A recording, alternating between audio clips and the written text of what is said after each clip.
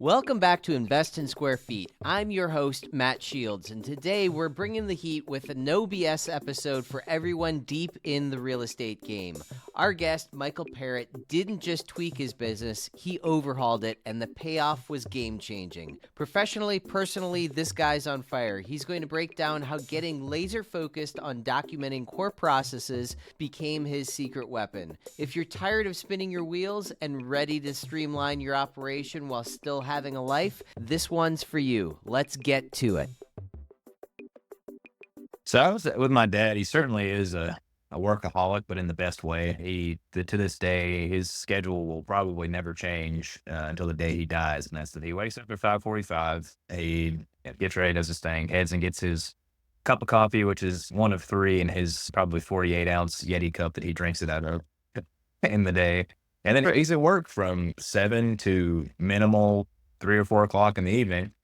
But no, he never, it's one of the things I admire about him and I aspired to be like, because I had my first kid on the way. I don't know if I mentioned that, but in March, my daughter will be born. Her name is going to be Lucia. Thank you very much. And even I'm like you, I see in myself now that I'm very committed to what I do. I'm the weirdo that I'm in my office at 6:30 in the morning, very commonly. And I do that so I can get home a little bit earlier, because if not, I would be working till 7 p.m. and I would just never see my wife. I would rather sacrifice a few hours of sleep and get home at 4 or 5, get there at 5:30. But yeah, I think my dad's instilled a lot of that into me. I almost feel, I wouldn't say ashamed is like the right word, but stressed and a little bit of anxiety if I'm not in the office early. Like I find it to not, I wouldn't say not acceptable, but just not what I want to be if I'm the guy that shows up at the office at 9. Even if it's not the office, if it's out on a job site or it's wherever it's at, I very much get that from my dad. I have a blue collar mentality where I'm at work doing my thing by 7 and I'm there as long as it, takes to get it done. But my dad, regardless of what it was, if it was a lunch, if it was something at school, if it was football practice, if it was football game, if it was a doctor's appointment my mom needed him to be at, he would drop everything. He might go right back, but he would drop everything. And I think he was a master of having the right people in the right place to get it done, even if he wasn't there. Yeah, that's great. That's great. So talk a little bit about your progression getting into real estate. Obviously, you have this background. Were you really working with your dad at all in the construction? Obviously, you probably understood how it all worked, but I'm just curious, were you working there, and how, and if that impacted your abilities and your understanding of getting into the real estate side of things?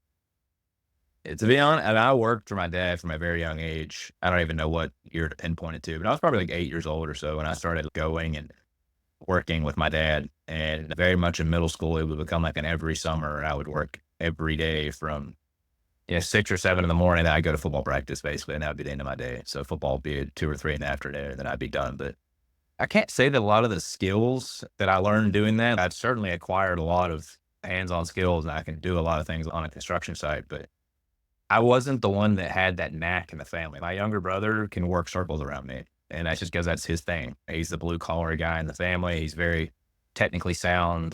That's his bailiwick. But for me, I think what I really got from working all those years with my dad is the mindset. And that's what I want to get right into. My dad is just like he has a relentless pursuit of whatever it is that he wants to be doing. And I think a lot of that comes from his upbringing. He literally my dad's not the richest man in the world, but he went from having little to nothing to having a good life for himself. So I think it started in that. And then secondly, he was a Green Beret. He was in the military. Oh, wow. He spent like 14 years in, and he has a lot of great stories and different things. And just from what I know of that lifestyle and what it requires to get to that level of military service, I think that's a lot of what put it in. And he has a saying that can't never could, won't never will. That's how he lives his life. There's nothing he can't do. And the only reason he can't do it is if he's not willing to do it the way he sees it. And as far as how I applied that to getting to where I'm at today is, as I was saying earlier, I see myself largely a product of a wonderful father who instilled great values and work ethic in me and principles, coupled with a God-given, and I say this in the least pompous way possible, but I was fortunate to have some decent ability to play the game of football. So I was recruited to play college football. So I think that's a big part of where it got me where I am today, and I'll elaborate on that. But also the relationships I was able to build during college. Some of the wisest advice that my dad ever gave me was he was dropping me off here at the University of Miami, is where I went. He played 5 years of football. And he said, I know that the power of the relationships I had in my life and how they basically enabled me to do what I'm doing today in business. Different scale, different industry. But nonetheless, he said, you're going to be in the city of Miami, and I don't know who you're going to meet, how you're going to meet them, or why, but simply the people you're going to meet are just going to have a much greater ability to help you and take you places than even the people that I knew in my life. And I took that advice, and I was able to build a pretty decent network during my time in college. Because my dad continued, the part of the advice that was really wise was that he continued to say, he said, you look up to the people across the table from you that are CEOs and CIOs, owners of companies, entrepreneurs. But what you don't realize is they look across the table, and frankly, you're either what they once were as an athlete, what they wanted to be at one time and maybe never were, or what they want their son to be or their daughter to be in the future. And it was very right. I was able to get into the office of almost anyone that I wanted to from the ages of 17 to 22 during my time at the University of Miami. And that built me a very good Rolodex. As he said, you wearing that U on the side of your helmet as a University of Miami football player, people respect and acknowledge that. And I would say that was a very large piece of where I'm at today, because via my position as the chairman of the fundraising board for the University of Miami SCA, and at the time during school, I was the president of the student organization. I met a gentleman named Peter Gardner, who was he is still the principal of a private equity fund called Long Point Realty Partners based out of Boston. Very similar strategy to what I'm doing today. They're buying small bay industrial and grocery anchored retail. They had a little bit of a niche strategy to it where they were buying what they described as ethnic retail, and simply meaning that a lot of the grocery stores were Latin oriented. So they would buy like El Fresco y Mas and Autos and things like that. And so I met him when I was 18 years old, still playing football for the University of Miami. And he said, I have this special project I'm working on. Do you want to come and help me with that?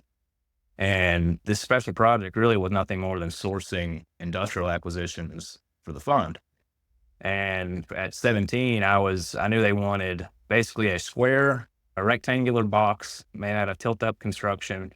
There was at least this amount of square feet, and then these markets. Knew really next to nothing, but they gave me a computer, a phone, and access to a software called CoStar, which everyone uses. I thought it was the greatest thing ever at the time, but I was able to just go in there and filter with those specifications. I called, had meetings all day long. And so I would go to football from 6 o'clock in the morning till about noon. And then I'd go to work from 12 to 4, at which time I was doing nothing but cold calling. And then I'd go to class from about 5 to 9. And because I was able to bring them what they wanted, essentially, which was deals, they then began to teach me to underwrite. And then after I learned to underwrite, they taught me to do the due diligence and actually learn how to close the asset. And once we closed the assets, they taught me a little bit about the operations, leasing, and management. From a young age, at 17 to 21 years old, I was getting a kind of an institutional education in real estate, from sourcing to underwriting and managing and doing all the different things, and which brought me to a point now where when I was 21, 22 years old, I was getting out of school. I'd actually had 4 or 5 years of experience, fortunately, in a part-time capacity.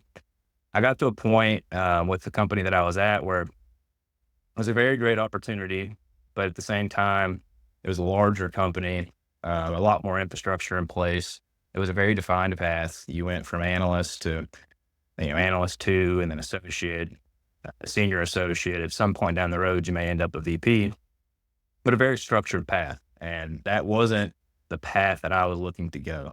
And if you go back to what my dad said, you never want to be in a position where someone tells you when and why and where you can go, and you get a certain amount of days off.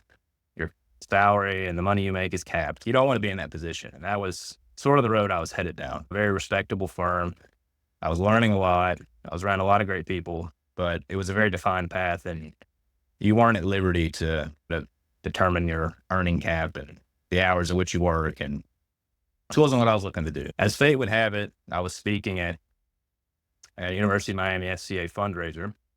Very big part of my life as well. I attribute a lot of my relationships that I've been able to make throughout college to that organization. But I was speaking to some of the people there who are donors, And lo and behold, Scott Ocker and Brian Mark, who are now my partners at Suncap, were sitting in the audience.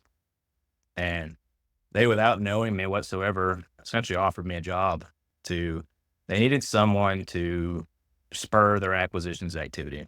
Because at the point of the cycle, I guess the point in their growth at Suncap was one minute they would be extremely focused on sourcing acquisitions. There'd be plenty of acquisitions. But then at some point down the road, we had a finite amount of equity. You'd place all the equity, and now it was a whole new problem where we bought all these deals, but now we have zero equity to buy Yeah. property with. So they needed to be able to focus their time on raising money, and they needed someone to head up the acquisitions effort, which led me to where I'm at today. And I know you want to ask some more questions about the sourcing methodology and some of the softwares we're using to do that, but I'll let you take it from there. Yeah, no, I love the entire progression of all of this. And I want to take this back to when you were with that first firm, you're younger, 17, 22, somewhere in that neighborhood. Did you always know that you wanted to be involved in real estate, or did this kind of just lay out in front of you and you thought, okay, I already have this experience, let me go down that path? Or again, was real estate always the thing for you? Yeah, real estate at the time in which I got into the industry was I really didn't know what that meant. I didn't understand that. I think from my perspective, real estate was going out and being a developer in my 17-year-old brain. Because of my construction background, I think that to me, real estate was going out and buying land and building a building on it. I didn't understand that there were all these different capacities in which you could participate in real estate, whether that was as a lender, whether that was as a developer, whether that was as just a private investor, whether you were a private equity group, whether you were a REIT. I didn't understand all these different pieces. Yes, real estate was always in my mind from day one. And I was in high school. I used to actually tell my parents that I was going to be a developer, but I didn't know exactly what that meant. And being at Long Point, the firm up in Boston, really gave me a broad-based view of what that really means, and understanding even within a private equity company, there's more than just acquiring properties. There's within that company, there's the capital market side of things. So how are we going to put the equity stack together? How are we going to put the debt capital stack together? From an acquisition standpoint, there's obviously underwriters, there's people doing the due diligence. And when you actually buy it, you have to operate it, manage it, and lease it. Yeah, I got all these various views of what is it actually to run a real estate company, and I ultimately landed on the fact that the exciting part, the two parts that you can teach most of the other components of a real estate company. You can teach somebody how to underwrite, you can teach somebody how to lease and manage. But the two things that really in any business that is hard to teach is the procurement and the sales cycle side of things. Like, how are you going to bring in money? Every business you run, whether it's an operating business or a real estate company or somewhere in between, there has to be capital, the dry powder that keeps the business going. Yep. And whether it's a real estate company or my dad's company, for example, and doing gyms, someone has to be out there pounding the pavement and understanding how to be the hunter, bring in the catch. And for us, that's industrial buildings. For my dad, that's new clients for him to go and sand and or install gym floors. So I realized that's the side of the business I wanted to be on. I wanted to be the hunter gatherer. And that's what my experience through college taught me. Yeah. We'll get into the software in just a second. And I'm curious what your perspective is on actually finding these opportunities that, and again, I know that you already have this software, you're running these opportunities through this software right now, but what is your approach to being able to identify this is a good thing this is a good opportunity that we should start looking into or exploring to see if there's more here? And again, I know that the software wraps into that entire thing. So I guess take that wherever you feel should be taken. So is your question more tailored to strategy or pursuing a particular asset? Actually, let's start with the strategy side of things, because that's a little bit higher, right? So once you have your strategy, then you obviously identify your particular opportunity that you want to go after. So I guess identifying that strategy, creating that hypothesis, this is the right type of asset that we want to be able to go after, and all of that. So I guess let's dive into that a little bit. So I'll give you an anecdotal on how Suncap arrived at right now where our prime focus is, which is flex industrial. And that was born and experience from two other asset classes, which we participate in today as well. But That's multifamily and grocery anchored retail. So Scott and Brian, which I didn't really touch a lot on this with you in our previous conversation, but from the mid to late 90s up into about 2010, they both operated their own real estate operations, one in multifamily and one in grocery anchored retail. Brian, Mark, he is one of the two co-founders, and he built, operated, and ultimately liquidated a $500 million, a little more, but around a $500 million grocery anchored retail fund on behalf of a Dutch investment office. And Scott, he was a multifamily developer. He did that from first working with one of the largest developers in the country, and then from the early 2000s up until the financial crash, and actually a little bit after, was developing on his own. So he built several thousand units on his own. And while Brian had this honestly really phenomenal experience where they built this big portfolio, were operating it, and the assets were performing very well, and then ultimately took it public on the Euronext Stock Exchange, basically a takeover by Equity One, which is a large REIT, and that was how they liquidated. Wonderful returns for themselves as well as the investors. And, given the circumstances of it being 2008, he had a decent experience, but nonetheless, it was a very difficult time for him. And he tells his story a lot better than I do. But the premise of the conversation is that he had a couple good years in the beginning of very high success rate, almost immeasurable returns that he experienced for him and his investors. It had a lot of wind in their sails, and it was the run up leading up to the crash. The ultimate result was, I think he quotes somewhere between $200 and $250 million in personally guaranteed loans, that when the banks went to reevaluate these loans and decide whether you were still in good standing or not, they ultimately decided it was not, because as during that time, the banks were calling loans due.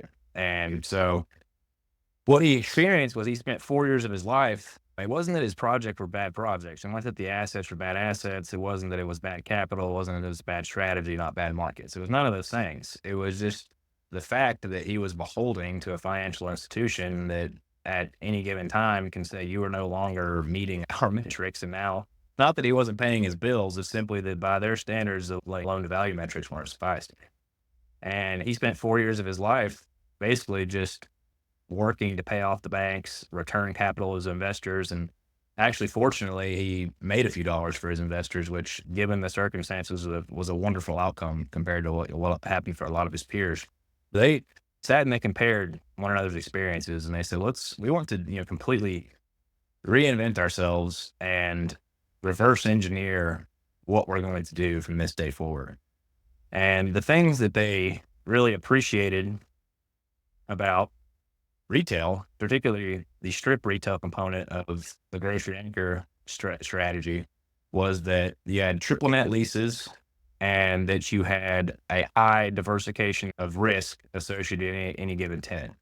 The things they liked about multifamily were the high diversification. You might have 300, 400 tenants in any given property, as well as at a grocery anchored retail property, you might have 2 or 3 dozen small local oriented businesses. But the big difference between them was that at his grocery anchored retail sites, you had this huge exposure to one tenant that had maybe 50,000 square feet of your shopping center, that was paying a really low rent, had a 30-year term, and ultimately knew that you were beholden to them, because if they left, then you were in a very tough position. What do we really hate about multifamily? We hate about multifamily that you're essentially leasing, it's 300 gross leases. If property taxes are reassessed, if the property's in Florida and all of a sudden the insurance companies increase the insurance rates by 50% or more, you're exposed, and ultimately your bottom line is going to suffer. They melted down those strategies, and they said, what asset class out there combines the things we like and completely strikes off the things we don't like? And at the time, industrial, this was around 2010, 2011, was not exactly the golden child of the industry like it is today. And they landed upon an asset class which wasn't being paid much attention to, had triple net leases, had extremely small units, and there wasn't any anchor that had a large pull on the performance of your property. Mm-hmm. And then, so after we determined that, what's the physical strategy, what's the asset class we're going to go after, what markets do we want to be in? And the way they determined that was by simply taking a look at demographic data. And there's three metrics that are really important to us as a company. That's population growth being in excess of a 3% year over year. Number two, that's being within 1 hour drive of major academic institutions. And that's number three, being in a business friendly environment, which we define by uh, preferential um, tax environment. We define by a limited permitting risk based on, we have data on average construction permit time being less than 2 months or 60 days to pull any sort of renovation permit. And we define by we typically have a preference to red states based on historical data on that. Yep, yep. Yeah, this is interesting. And just to draw a better picture, when you're saying flex industrial spaces, what does that mean exactly? Are catering to the smaller mom and pop type construction companies? Is it auto parts type places? Like just paint a picture of what that looks like for people. Yeah, so that's a key part of when we talk about flex industrial and we want someone who doesn't know a whole lot about it to understand exactly what we're doing. That's one of the main things we talk about. And we say, if you think about the typical, when you hear industrial real estate, what I first think about and what the mainstream thought is Prologis, Duke, Stag, Leon Industrial, BlackRock, these very large companies that are buying, distribution centers that house a lot of the time national credit tenants, longer term leases, big square footages, people like Amazon, DHL, FedEx, UPS. So we're the exact opposite. We're going to split up a building into, if it's 100,000 feet, as an example, we're going to cut that building up into 30, 40, maybe even 50 units.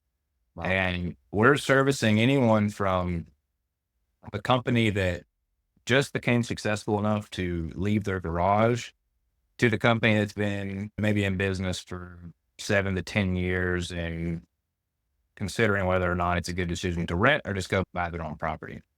And those businesses can be anything from construction-oriented tenants, which may be a countertop company, an HVAC company, a plumber, pool services like pool maintenance and cleaning. It may be the drywall guy, painter, any of those sort of industries. But we try to keep those to less than 30% of the overall rent roll because we see that as one of the largest risks in these properties is that if there's a fluctuation or a down cycle in construction, a lot of the flex industrial properties are heavily skewed to construction. And so it can result in your property suffering. The remaining 70%, the Prologis and Duke buildings, we might have a logistics-based tenant. So it might be a smaller distributor. We've got one of our national properties that they're a regional HVAC distributor. We've got another one in a property in Jacksonville that's a children's toy distributor. We have some light manufacturing uses. So in one of our properties in Asheville, North Carolina, we've got a guy that hand builds. He's got the CNC machinery and everything to build mountain bikes. We've got some other varied types of manufacturing, less industrial and more hands-on, like making t-shirts. We've got a guy that does some organic food manufacturing, if that's even the right word, but he produces the foods themselves in the bays. We've got some properties that are on main roads. And so there's some showroom uses. It might be a flooring guy or a tile guy. It might be, we've got one that does wheelchair sales. So he's got a showroom for wheelchairs and other handicap accessible items. And then we've even got some medical uses. So we've got a guy in one of our properties in Roswell, Georgia, that he does prosthetics manufacturing. So he's got about a dozen men and women working in the back of the warehouse where they're holding prosthetics. Mm-hmm. We've got some actual medical office uses where there's a doctor's office in the property, which is a much varied use, but we see those as very sticky tenants because the build outs are very expensive. And typically once they decide to come there, then they don't leave. That's the beautiful thing about the properties. And that's why we call them flex industrial assets. The front 20 to 30% of the unit is typically office where your administrative personnel, your secretary, your C-suite, the people who need office space are housed. And in the rear 78%, you had any of those array of uses that I just mentioned a moment ago. And at any given time, any of those uses that I mentioned can go in any of the spaces within the property, just by simply adding a demising wall, taking the demising wall down, maybe adding an office or two, ripping out an office or two, adding a bathroom. So they're truly flexible spaces. Yeah. When you acquire a property that, again, say it's 100,000 square feet, what does the construction plan timeline look like to be able to convert that into, I think you said like 20, 30, 40 different spaces? How long does it take you to convert that? And then how long before you can start bringing in revenue to be able to start profiting or generating revenue with that particular asset? I'm glad you brought that up because that's another critical component of our investment thesis is that we don't take development risk, nor do we take on heavy value add risk. When we acquire these properties, they're not typically, always already demised into the numerous quantity of units. And that's why we like them. So I'll go ahead and dig deeper into some of the thesis components, like why we like flex industrial assets. As I said, we're the opposite of Prologis. We're not buying distribution logistics units, and we are buying properties with a large quantity of units. And so when you break that down, not only do we like that from the tenant diversification component, that's number one, but number two, when you think about those buildings and what it actually takes from a construction element to have a building that has 50 units in it across 100,000 square feet, it's very costly. You quite literally have 50 demising walls, 50 HVAC units, 50 office finishes, 50 garage doors, and like every other piece of that building is times 50.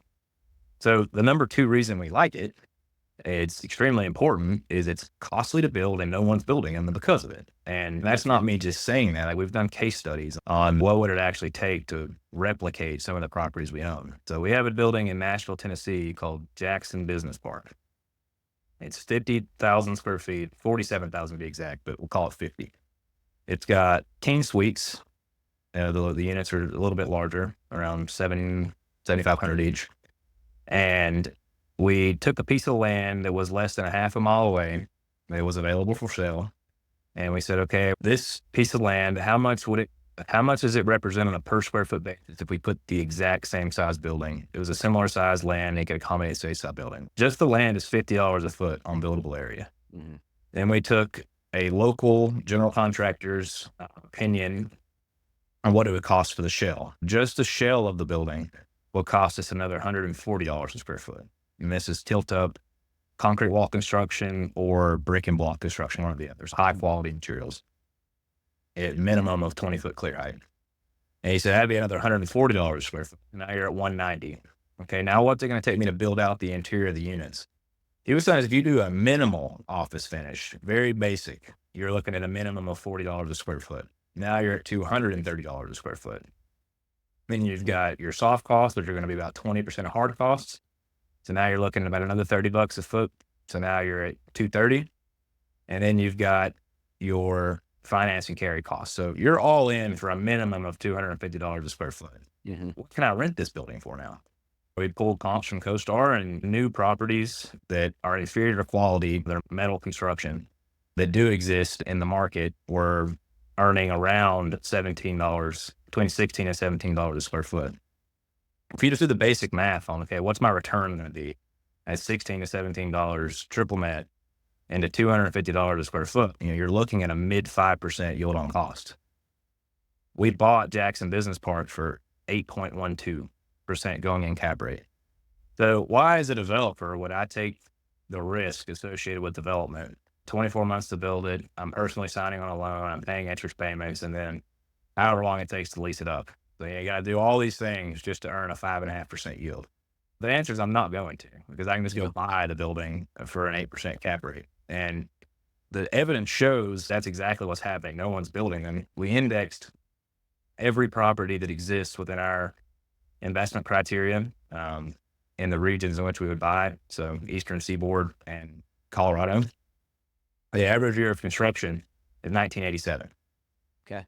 Clearly indicative that no one's building them. And I don't think that's going to change anytime soon unless tenants' ability to pay increases for some reason, which I don't also foresee happening with, the outpace of inflation versus real earnings. And that's the number two primary reason why we like these properties.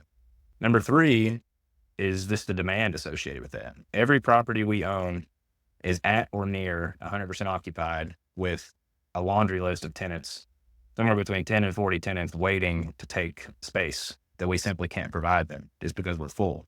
And number 4 and 5 are directly correlated with one another as well. And that's that there's no institutions buying these properties. And because there's no institutions buying these properties, it's a highly fragmented market that SunCap has a lot of runway to continue buying assets and to continue divulging the inefficiencies of mom and pop owners. So I'll dig into those 2 points. So the reason why institutions aren't buying them and the evidence that there is no institutions aren't buying them is this. And the evidence that they aren't buying them is that there's around 700 logistics and distribution oriented investment fund managers that exist. There's only 9 flex industrial institutional managers. That's not numbers I made up. Those are numbers that come from very reputable sources such as Preqin, Pitch Deck, and CoStar. They all have their own, fund level information. The reasons why I believe this is happening is because the things that we embrace about these properties repulse institutions. So the main 2 in my mind are that they're very management intensive, number 1, and number 2, the tenant credit is next to none. At the properties we own, like I said, if you have 30 assets and they have 40 tenants each, and that's 1,200 tenants, that's a large management lift. And that requires you to have a large internal staff to adequately service those tenants, because you simply can't depend on a third-party manager to adequately run these properties. That's the reason number 1. Reason number 2 is we're leasing to Joe's Lawn Care. We're not leasing to Amazon, DHL. That's not who we're leasing to. The likelihood of these businesses going out of business, leaving because they found a cheaper space, outgrowing the space, whatever laundry list of things that can happen is high. But our response to that is we acknowledge that. We don't care. We believe that what we lose in tenant credit, we gain in 1, tenant diversification, and 2, the outpaced demand that our average downtime is less than 30 days. If they leave, fine. We don't even have to give the tenants any tenant improvement dollars. That's standard within the industry. There's not any space. If you don't like it, simply, if the tenant doesn't like the arrangement, we'll just go to the next tenant, because there's tenants out there that are willing to take the space extremely fast, less than 30 days, and without the landlord spending any money on the space. Yeah, that's interesting. You made me think of a couple of different questions there, and you touched on one of them. So one of the disqualification criteria that a lot of people use, like in multifamily, for instance, is the vintage of the asset, the age that the asset was created or built. And you said that the average asset type of this particular vertical is about 1987. I guess my thought process was, are there old assets? Did they even build this asset back in the 60s and 70s? So I guess I'm wondering are there even opportunities where you're getting into these areas where you might be having older mechanicals and older electrical and plumbing and all of that? Or did this style of construction not happen until relatively recent? Does that make sense? That makes total sense. And from my experience, the only locations where these assets existed at all pre-1970, for one, it was seldom, but the places where it did exist are the older, more gateway markets. And those assets also happened to be in more infill locations just because of the year in which they were built. 2 things are occurring. Those assets are very commonly being bought up and demolished because they're on good pieces of land and people are just building multifamily or whatever, higher and better use. And number 2, the assets are like highly dilapidated and at a point of, even more important than dilapidated is that they were built in a very functionally obsolete way. They're typically not any different than a storage unit. So you're looking at 10-foot clear, no air conditioning in the space, very poor lighting. Sometimes they were 400 and 500 square foot units.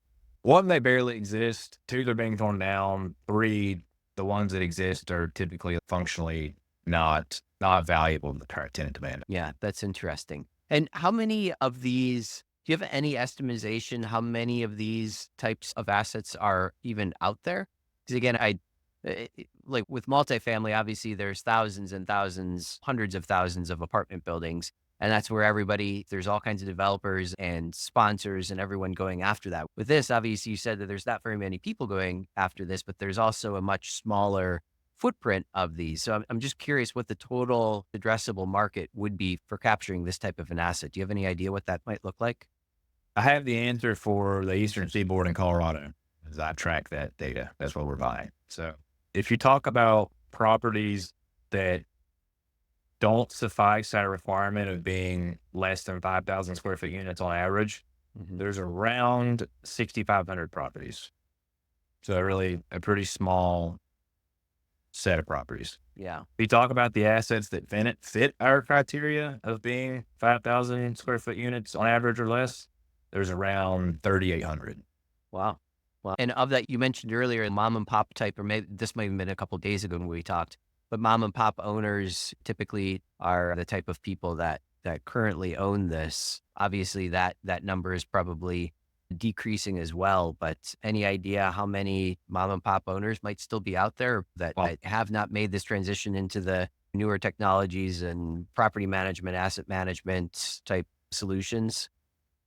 So that we didn't get into how I kind of track owners and the software elements. I'm sure we'll talk about later, but that number is inclusive of it's either small and regional private equity companies or mom and pop, which is the ideal target for those numbers. Yeah, let's jump into that software for a minute. This was one of the things that really intrigued me.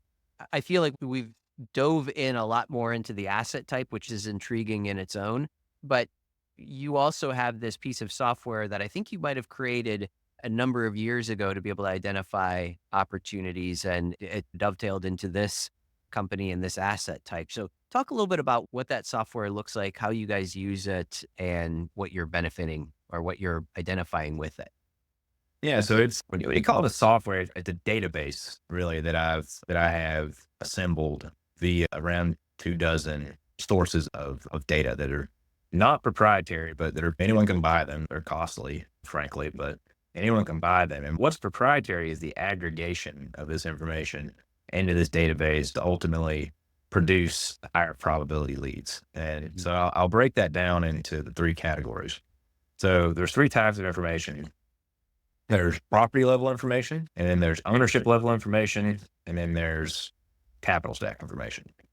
So on the property level side, we're concerned about things such as the geography of that asset, proximity to infrastructure such as interstates, ports, not more interstates than ports, but interstates, airports. We're concerned about clear heights, average unit sizes, overall property size, year of construction type. There's a handful of other items that we're also concerned about. Then on the ownership side, this is really the bread and butter, as I used that phrase earlier. This is really where the magic happens. And that's that we're able to gain information on who the owner is, not only the company, but the specific individual who is in control and making decisions, whether that's a small mom and pop guy or like the head small private equity firm. What is going on in his personal life? Is he married? Is he divorced? How many kids does he have? How old is he? Did he go through a bankruptcy? Has he had prior mortgage defaults? I think I mentioned kids earlier, but that's a big piece of, does he have an heir? Is there somebody that's going to be passed down to? Is there a key man in the company that maybe this stuff's going to be passed down to? So there's information like that we can tweak and pull, and there's other metrics, but it gives us a higher likelihood of would he sell today, would he sell in the future, and why, or she, in any other scenario. And then also on that level as well, the data is much less robust just because it's harder to obtain, but we're able to get some information on the debt capital stack particularly, and very limited information on the equity stack at times, dependent on the ownership type. On the debt side, they're able to see who the loan originator is. Was that a CMBS lender? Is it a private lender? Is it a regional bank? You see those type of things. What's the interest rate, the maturity? Is it a floating or fixed interest rate? If it's CMBS, is it in default? Is it current? And we're able to look at that information, and those are also some levers. Why might there be some pressure there that they might need to liquidate this asset? And so we score those different data points ultimately to give us a hierarchical view, okay, of what are the physical assets? How many of them are there? Do they fit the box? Who owns them? What about them may result in a sale at some point? And what pressures do they have financially that also may result in a sale? Culminating those into a dashboard that ultimately is what we call our spot list of assets that we want to prioritize. Hmm. We then, from the assets that score the highest, have our sales team doing outbound outreach to get in front of these owners and first reach them via a call, an email, a text, some sort of outbound communication to ultimately result in the next level of our sales team scoring an in-person meeting with the ultimate goal of, in each market where we want to operate, knowing the assets, knowing who owns them, and having that person know us. You pointed any asset on a map in a market where I want to buy, I'm likely going to be able to tell you roughly how big it is, who owns it, and I'm probably going to have their phone number in my phone. And if I call them or email them, they'll probably have dinner with me. And that's our goal. And that's because we know that 9 out of 10 times when we call somebody or email them, they're not going to say, yeah, sign me up. I'm going to sell the Yeah. property to you. Because frankly, our dollar is no greater than anyone else's. But we build superior relationships so that when that day inevitably comes, whether if they're in their lifetime or when the heir decides they don't want to be a real estate owner or when something goes on in their life that forces them to sell, we come to their name and we completely go around the broker's process. Hmm. Hmm. That was one of the things too that you had touched on. How many assets have you bought? And I believe, if I remember correctly, it's been years since you've acquired an asset through a broker. Is that right? Do I remember that correctly? Yeah, and I want to be particularly clear on that. It's been years since we bought a marketed asset. Okay. It's been 90+% of our assets are completely off market, direct contact. I don't have the exact number, but I could get that for you. But it's certainly over 90% of direct contact with owners. Then there's the outliers, like a deal we just bought in Roswell, Georgia, that was sourced actually by one of the partners, Brian Mark, just because he has such a wonderful reputation in the industry. And some of the best brokers are willing just to bring him things without taking it to other people. So deal in Atlanta where the owner actually very much fit our profile, where it was a smaller, not even a private equity firm, just a successful family that they have a little bit of a reputation for, I want to say this appropriately because they're wonderful people, just maybe not operating the asset to its fullest potential. I guess I would say that. Mm-hmm. And there was an opportunity to dispose of the asset just because of another opportunity they wanted to take advantage of, but it wasn't performing well. And the broker involved knew that, saw the value, knew that the low going in cap rate was a non-factor. And we went in and we actually were able to sign 5 leases during due diligence and ultimately have it at a acceptable cap rate prior to closing. But those are some of the other types of deals we do, to give you that long-winded story, but not marketed, but a broker involved at times. Yep. Yep. Yeah, that makes sense. I feel like last question before we jump into the life crafting segment. What is the end goal with these? You mentioned how PE might not necessarily be interested in looking at these assets individually. Is the end goal to roll all of these up into this portfolio and then settle off to PE, or is it hold these things forever? What's the end game for these? If you had asked me this question a year ago, and I'm very careful of not putting words into Scott and Brian's mouths because they do a lot of the strategic decision making and craft a lot of that as well. But if you'd asked me a year ago, I would have told you that the way that people in this business typically make money is you are acquiring assets, you meet or exceed the expected returns of your investors, and then you start getting to the promote dollars and getting some more cash flow. But then ultimately where you really make money is you sell them and you get the promote.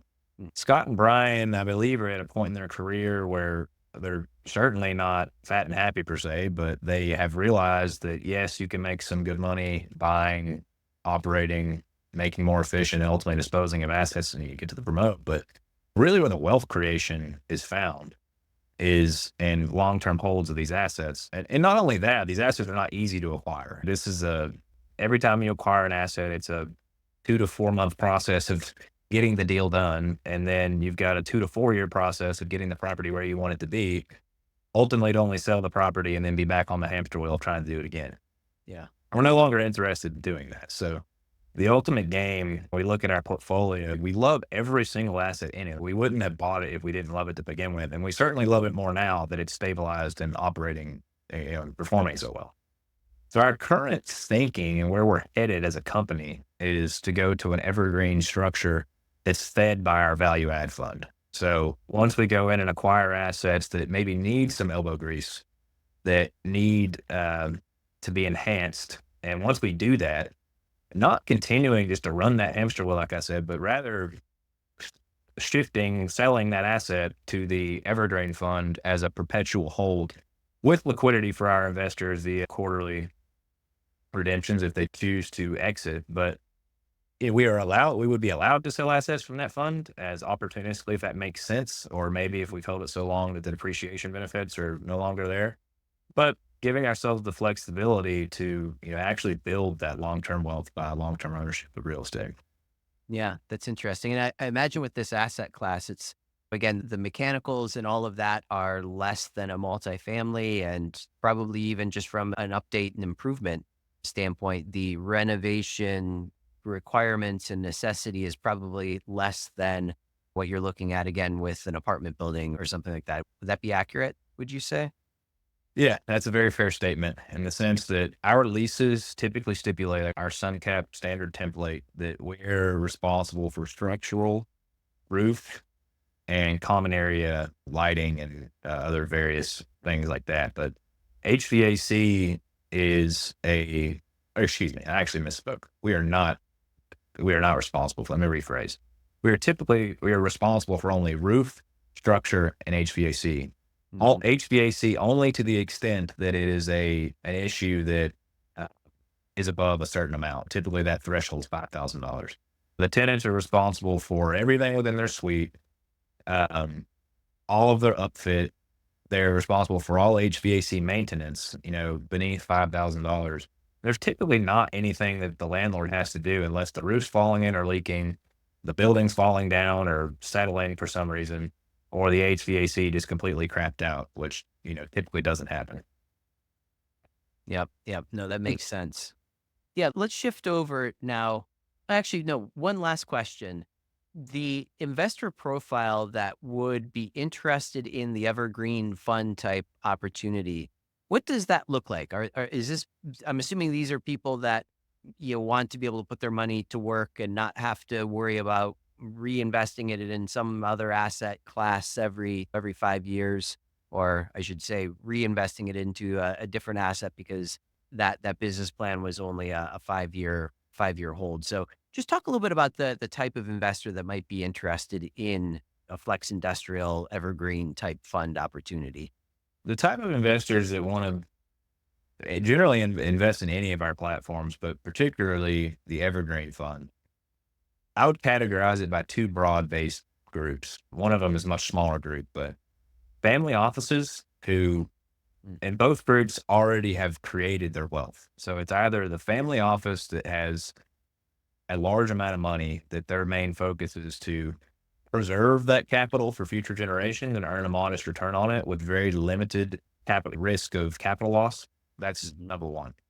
Number two is your audience, my audience, my peers, and the people that you are surrounded by. So individuals who probably have some other career that provides for their lifestyle and their families very well, but also provides them with some amount of excess cash that they're able to continue to build upon their wealth. And the reason for that is that this investment, not only for us as a sponsor, but for the people investing in it, if you're looking to hit it big and hit it rich overnight, this strategy is not for you. We are looking for somebody who is interested in getting consistent cash flow with a very limited downside risk. So we describe ourselves as the bond of real estate. Like we're buying assets that you are going to earn a modest half of your cash flow or more, or half of your overall return from cash flow or more, with the additional 40 to 50% from upside appreciation.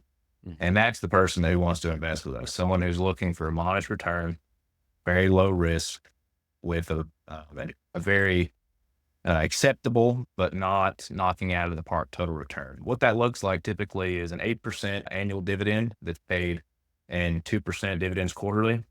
And the remaining 4% of the overall return is paid upon an exit if one is to occur at some point in the future. Yep. Got it. Got it. So very much so wealth preservation is the main person that would be interested in something like that. I would think. Modest growth and wealth preservation. Yeah. Yeah. Yep. Yep. Yeah. Good to know. Excellent. So yeah, so now we mentioned this a little bit before we started recording here, and this is a segment that, again, as listeners know, started doing this about a year ago. I call it life crafting, where I lay out 3 goals for myself every Sunday, and I lay out the action steps to be able to achieve those goals. So I like asking this question of all of these amazing guests that we have on the show, with to understand what it is that they value in their own life, and with my intention to be able to incorporate some of these ideas into my own life, right? The question that I like to ask is, what is the highest ROI activity that you have in your life? And I believe, if I remember correctly, you said that there's a couple of different things that came to mind with this. So why don't you go ahead and explain where your mind goes when you think of the highest ROI activities in your own life? Yeah. So this is a little bit of recency bias, but the current thing in my life is paying the largest dividends. And it's an action I'm taking directly in my business, but that has spilling over effects into my personal life. And that's that there's really the core elements of my business, or in your business as well, but real estate investing, managing a fund, are sourcing, underwriting, operations, which is management and leasing, raising capital, which is on the sourcing side, and then investor relations. I think are the 5 core elements. Really, reporting is a better word. So reporting, those are investor relations. And every single one of those processes, I'm mostly involved in acquisitions, underwriting, sourcing, and capital raising, and where I spend most of my time. More on capital raising at this current time. Earlier in my time at SunCap, it was sourcing and underwriting. But every single one of those 3 processes for me has very defined steps that, regardless of the deal, regardless of the investor that I may be speaking with, they all have very defined steps. And what I found that was occurring to me time and time again was, as I shifted my attention to other things and I expected other people, so say it's from acquisitions to raising capital, I expected other people to be able to perform just as highly and at the same level that I was for sourcing and underwriting properties. And it simply wasn't happening. And I could only put that blame on myself. And that's because I had all these processes and ideas and methodologies in my head, but I wasn't properly communicating. And it was, they were having to make it up as they went.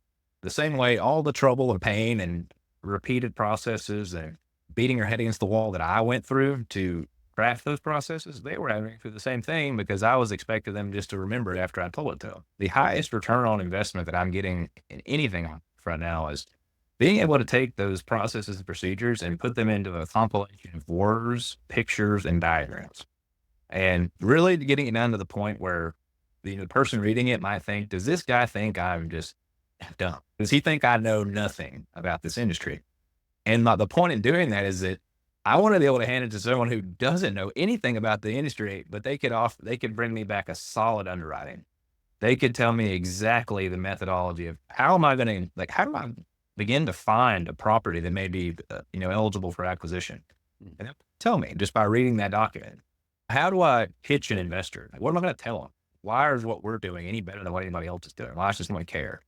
And they'll be able to tell me exactly, because I lay it out for them. And not only has that made the business more productive, which is the ultimate goal within the 4 walls of an office, but it's made me be able to be more present in my personal life, because I'm not trying to focus on so many different segments of the business. I can be very involved in the one that right now, like raising capital. So what I'm doing right now, if you talked to me a year ago, I may not have been able to make time for this podcast interview, but now I can do that. But I can also get home. We talked about at the beginning of the interview. One of my crutches may be working too much and not prioritizing other things. But it has made it easier for me to prioritize it. It's only going to become more important as I bring children into this world, and there's going to be some other things calling for my attention. Yeah. That's the largest return on investment I had recently. So when you go through this process, you mentioned this is pictures and words and graphs and all of that. Are you using any type of tools, or is this just a Word doc that you're putting screenshots into? What does that actual action step look like and deliverable that you would then store at the end? What does all of that entail? So I just vomit my brain onto paper. It's literally just a Word document. And that's via snips from whatever softwares I use. That's via screenshots of Excel documents. That's via snips of things off the internet, words, diagrams that I create within PowerPoint, whatever it may take to get that done. Because I don't pride myself in my design. That's not one of my skills. But what I do think I'm relatively skilled at is being able to take that and delegate that to someone who is just far more talented than me to actually put it into a digestible manual. And so there's a girl she's actually just a third party contractor, but she's fabulous. And she uses a program called Trainual. Yep. And she takes my brain vomit and puts it into something that is easy to navigate. But it starts out as it's organized, but just collection of different ideas that are in a very specific structure and process and procedure, but then they're put into more of a visually appealing. Yeah. And then how about even tracking the things that you have to create a playbook or whatever you want to call this deliverable? Are all of these things just floating around in your head that I got to remember to create this document to be able to create the Trainual program there or deliverable? Or do you have some type of a process to be able to track and move things up? This is more important than this one. We should work on documenting that one. What does that look like for you? So I recently did an exercise to start from a 30,000 view, like a personal exercise of just mapping out. I gave you the 5 core parts of our business. Yeah, whiteboard essentially that had the 4 core things. And then I went down like a waterfall. What does it take to achieve those things? And then I said, okay, these 5 things, in what order do they really occur? And what I ultimately came up with was deals and equity happening in tandem. So those are the 2 top priorities. That's what we got to figure those out first. I got to map out the process and procedures for that, because one can't exist without the other, and none of the other things can exist without those 2. You can't have equity if you don't have deals. Can't have deals if you don't have equity. So does this together, but you can't manage, lease anything. You can't communicate to any investors if you don't have deals and equity. Yeah. Yep. That makes sense. I guess to dig further into that though, as far as actually thinking about what to put into these manuals, I'm a very procedure oriented person. So without even making a cognizant effort, I did make a cognizant effort, but not in the sense of making a manual, but in my day-to-day activities, our Dropbox, our Drive we have a templated folder for pretty much all things. And just almost naturally, I had organized it in an order of operations manner. Acquisitions folder has 7 folders. It goes from information collection, which is the outreach component, the technology and data I was talking about earlier, the things we collect on calls, emails, texts. Then it goes into number 1 is materials. So the things we do collect and just having a collection of those things. Number 3, model. So model has 3 different things. That's my back of the envelope model, my Argus file, my Performa, and my Argus summary, along with my reporting elements of my Performa. Then after that comes number 3, which is market research. After that comes lender brief. After that comes investment committee brief.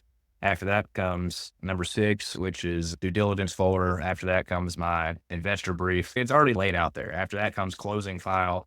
I just had to piece all that stuff together, and it was relatively easy to put together just because we're creatures of habit. We don't tend to, we're very willing to enhance, but the bones of the structure always stays. Yeah. And I like that. I like that framework too, to be able to just duplicate those folders over and over again, and start dropping things in right from the very beginning as you're going through and collecting all this information and materials. I like that approach a lot. If people wanted to reach out to you and learn more about yourself or SunCap or any type of investments, what would you say the best way to do that would be? Number one best way would be email. So my email will be my first name, Michael, period, Parrott. That's Parrot at suncapfund.com. I'll make sure to give that to you. But also, I'm more than willing, if anyone wants to call or text me, I don't mind. My phone number is 828-734-2733. Feel free to reach out. Would love to educate anyone who wants to know more about just the strategy, the things we talked about as far as being where I am today, just about myself personally. Like anything anybody wants to know, happy to answer questions. And then you and I also communicate via LinkedIn, so that's an appropriate way to communicate with me as well. Yep. Excellent. Michael, this is fantastic. Thanks for all the nuggets and tips and tricks and insights that you shared with everybody today. A lot of gems in this one. So thank you very much. Yeah, of course. Thank you so much for having me, and hope to be on again sometime in the future. Absolutely. Thanks for tuning in to Invest in Square Feet. Hope you got as much out of Michael Parrott's insights as I did, because let's be real, simplifying the chaos is where the magic really happens. If you're ready to level up both your business and your personal life, start looking into those strategies now. If today's episode hit home, make sure to subscribe, drop a review, and share it with someone who needs to hear this. Until next time, keep crushing it both in your deals and in your life.